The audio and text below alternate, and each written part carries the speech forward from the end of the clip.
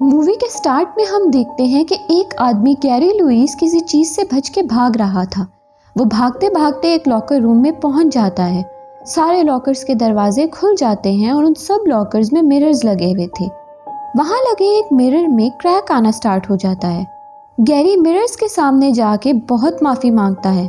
अचानक मिरर से एक पीस टूट के गिरता है और हम देखते हैं कि मिरर में वो शख्स अपना गला काट रहा था, लेकिन असल में उसके पास कोई मिरर का पीस नहीं था। अब सीन शिफ्ट होके बेन कार्सन की तरफ चला जाता है। वो एक डिटेक्टिव था, लेकिन उसके हाथों एक पुलिस ऑफिसर की डेथ हो गई थी, जिसकी वजह से उसे पुलिस फोर्स से निकाल दिया गया था। बेन को अब मजबूरी में एक स्टोर में नाइट शिफ्ट पे काम करना पड़ता है। उस स्टोर में कुछ अरसे पहले आग लगी थी और वो पूरी तरह जल गया था। उस स्टोर में सब कुछ तबाह हो गया था, लेकिन उधर के मिरर्स बहुत अच्छी हालत में थे। उन मिरर्स के ऊपर एक खराश भी नहीं थी। इस डिपार्टमेंटल स्टोर का नाम मे फ्लावर था। जॉब से निकल जाने के बाद बेन ने ड्रिंकिंग स्टार्ट कर दी थी, जिसकी वजह से उसकी बीवी अपने बच्चों समेत उससे अलग हो गई थी। उनके 2 बच्चे थे, माइकल और डेजी। अब हम देखते हैं कि बेन अपनी नाइट ड्यूटी पे जाता है। उसे वहाँ लगे एक मिरर में हैंडप्रिंट नज़र आता है। वो उस हैंडप्रिंट को बार बार साफ करने की कोशिश करता है, बट कोई फ़ायदा नहीं होता और साथ ही और हैंडप्रिंट्स बनना स्टार्ट हो जाते हैं। मिरर रिफ्लेक्शन में बेन के पीछे वाला डोर ओपन होता है, लेकिन जब वो असल में देखता है तो वो डोर क्लोज था। बेन यहाँ बहुत घबरा जाता है। नेक्स्ट डे बेन वॉशरूम में था तो उसे मिरर में अपने जैसा एक डिस्टॉर्टेड रिफ्लेक्शन नज़र आता है।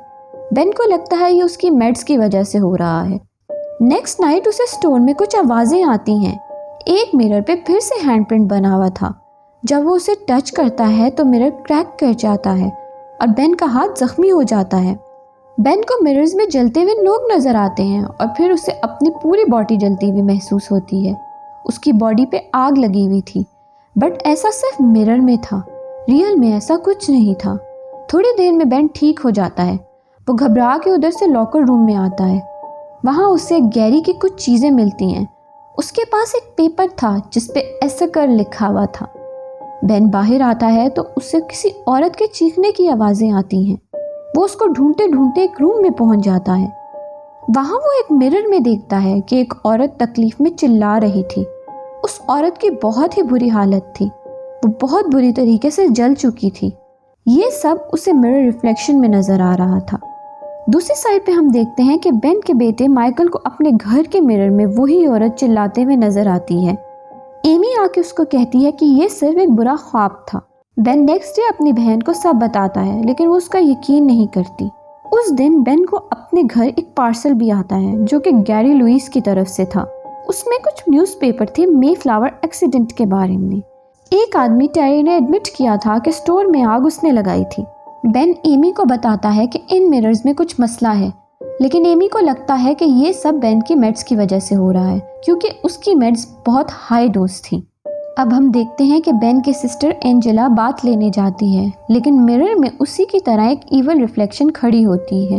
वो बाथटब में नहा रही होती है, लेकिन वो रिफ्लेक्शन मिरर में अपना जॉ तोड़ने लग जाती है और रियल लाइफ में उसी तरह इंतहाई बुरे तरीके से एंजेला की डेथ हो जाती है।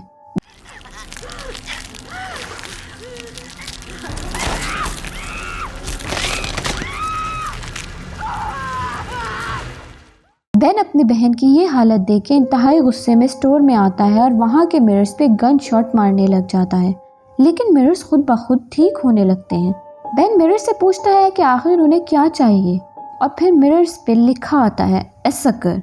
बेन एसकर नामी बंदे के बारे में जानने के लिए बहुत इन्वेस्टिगेशन करता है, लेकिन कोई फ़ायदा नहीं होता। वहाँ वो स्टोर ओनर टेरी के बारे में भी पता करता है। उस आदमी ने अपनी फैमिली को मार दिया था और वो खुद भी अब मर चुका था। जहाँ वो आदमी एडमिट था, वो उस हॉस्पिटल में जाके टेरी की एक वीडियो देखता है, जिसमें टेरी बता रहा था कि मिरर्स ने मेरे बच्चों और बीवी को मार दिया है। उनको कोई एसकर चाहिए। मुझे नहीं पता कि एसकर कौन है।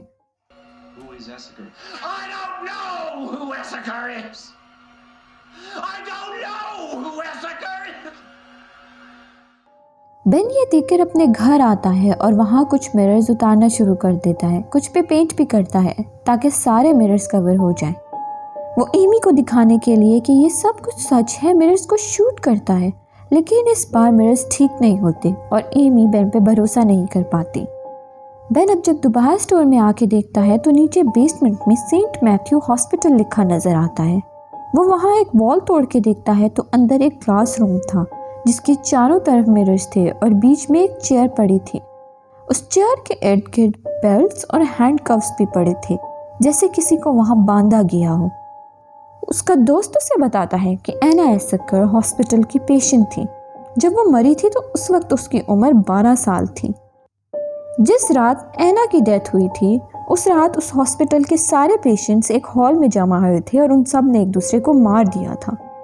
और कुछ अर्से बाद वहाँ के डॉक्टर ने मिरर के एक पीस से अपनी रिस्ट काट के सुसाइड कर ली थी। यह हादसा 1952 में हुआ था। एना एसकर स्किज़ोफ्रेनिया की पेशेंट थी। स्किज़ोफ्रेनिया एक सीरियस मेंटल डिसऑर्डर है जिसमें पेशेंट के सोचने, महसूस करने की एबिलिटी पे बहुत इफेक्ट पड़ता है। ऐसे पेशेंट्स के दिमाग में रियलिटी का कॉन्सेप्ट आम लोगों के मुकाबले में बिल्कुल अलग होता है। अब दूसरी साइड पे एमी माइकल के रूम में जाके देखती है कि माइकल जैसा एक रिफ्लेक्शन मिरर में बैठा हंस रहा था। यहाँ अब उसे फाइनली बेन की बात का यकीन आ जाता है। वो बेन को कॉल करती है और बेन घर आ जाता है।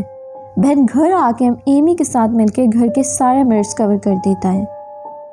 बेन जब एना एसकर के डॉक्यूमेंट्स को गौर से देखता है तो उसे पता चलता है कि एना मरी नहीं थी, बल्कि उसे उधर से कहीं और ट्रांसफ़र कर दिया गया था। उसको ये बात कंफर्म थी कि अगर वो एना एसकर को नहीं लाया तो मिरर्स उसकी फैमिली को मार देंगी। अब बेन एना एसकर को ढूंढने उसके घर जाता है। वहाँ उसका ग्रैंडपा बताता है कि एना की बहुत बुरी हालत थी।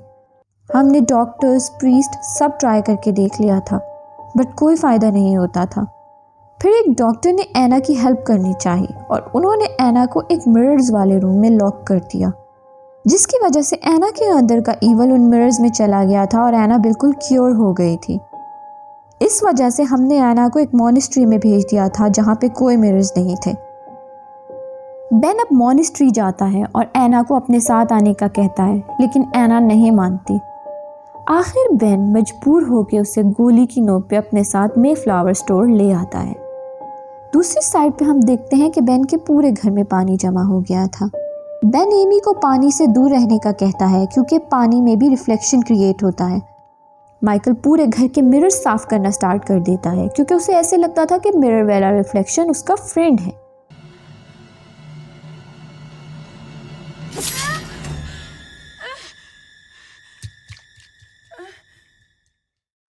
हम देखते हैं कि एमी की रिफ्लेक्शन उसकी बेटी डेजी का गला एक सीजर से काटने की कोशिश करती है, लेकिन एमी उसे बचा लेती है। अब बेन एना को उस मिरर रूम में ले जाता है। एना जैसे ही उधर अपनी आंखें खोलती है वो सारी इवल एंटिटीज उसमें ट्रांसफ़र हो जाती हैं और वहाँ के सारे मिरर टूट जाते हैं।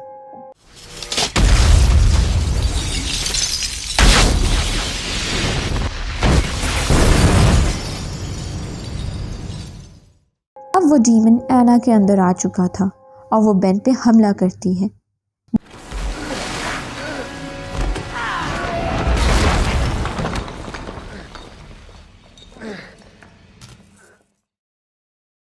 बेन एक गैस पाइप से डीमन को पकड़ता है और उसे आग लगा देता है।